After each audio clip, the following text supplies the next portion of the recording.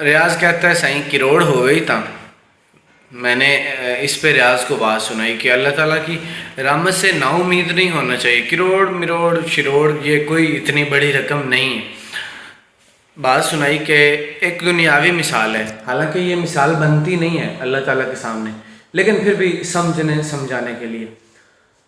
بات یہ ہے کہ محمود غزنوی صاحب بادشاہ تھے، یقیناً آپ کو پتہ ہی ہوگا. ان کی رعا میں ایک آدمی رہتا تھا جس کو کوئی بیماری تھی. حکیم صاحب کے پاس گیا.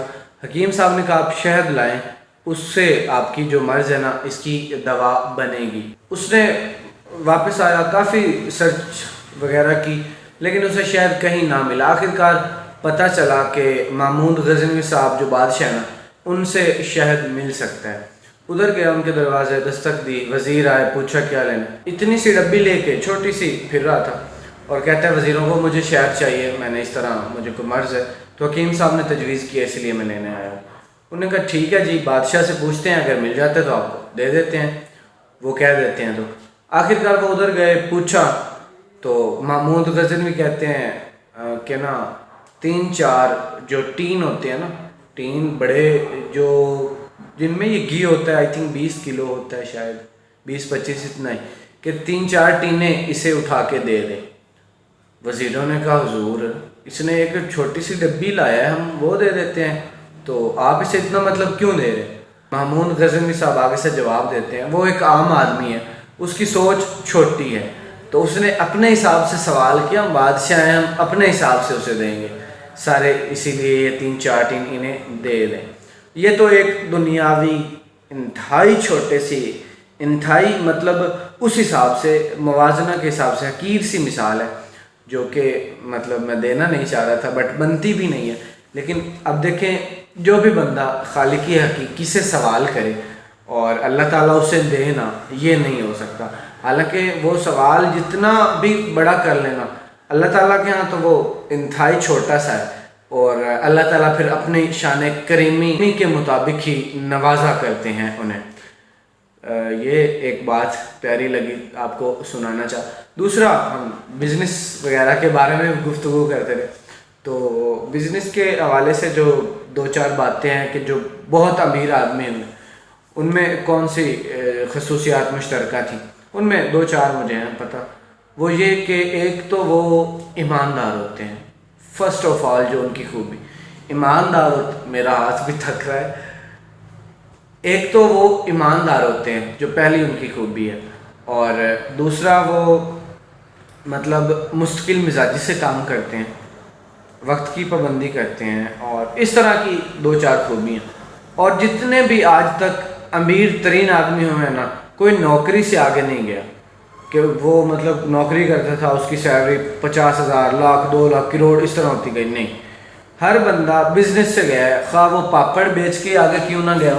ربیع الاول شریف کا ہم ولاگ بنا رہے ہیں ربیع الاول شریف کے مہینے میں، اور ذکر سرکار نہ کریں تو ایسا بھی نہیں ہونا چاہیے اور نہیں ہو سکتا.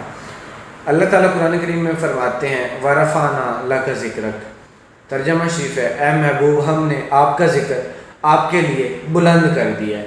اب اللہ تعالیٰ خود حضور نبی علیہ السلام کے ذکر پاک کا ایک جو ہے وہ مطلب بتا رہے ہیں لوگوں کو کہ ہم نے آپ کا ذکر آپ کے لیے بلند کر دیا. اب جس کا ذکر اللہ تعالیٰ خود بلند کر دیں تو سبحان اللہ. دوسرا یہ کہ اللہ تعالیٰ کوئی کام نہیں کرتے، نہ ہی انہیں کسی کام کی ضرورت ہے، نہ ہی وہ کرے. مالک کل ہیں، مطلب ساری کائنات کے خالق و مالک ہیں. تو اللہ تعالیٰ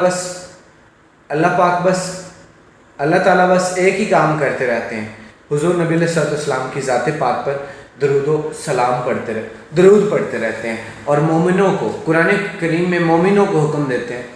کئی ایسی جگہ جہاں مسلمانوں کو حکم ہے، ایمان والوں کو حکم ہے، اور کہیں پھر مومنوں کو حکم ہے.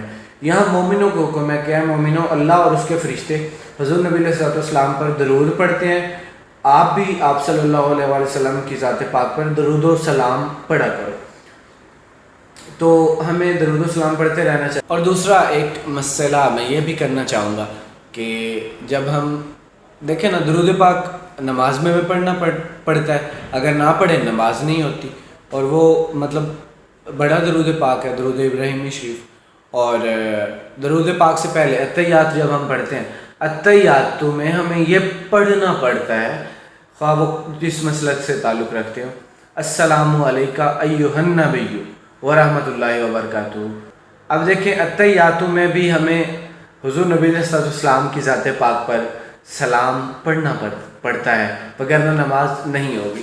تو دوسرا اگر ہم درود و سلام نماز سے باہر پڑھیں تو بھی سیم ہی ہے، تو اسی لیے ہمیں یہ پڑھنا چاہیے. اور اگر آپ کو بات سمجھ آئی ہو تو ویڈیو شیئر کر دیں دوسروں بھائیوں کے ساتھ بھی، تاکہ ان کو بھی سمجھ آ جائے. بہرحال آج کا ولاگ یہیں پہ ختم کرتے ہیں. اپنا بہت سارا خیال رکھیے گا، دعاؤں میں یاد رکھیے گا. ملتے ہیں نیکسٹ ولاگ میں، تب تک کے لیے اللہ تعالیٰ اور اس کے رسول پاک کے سپرد.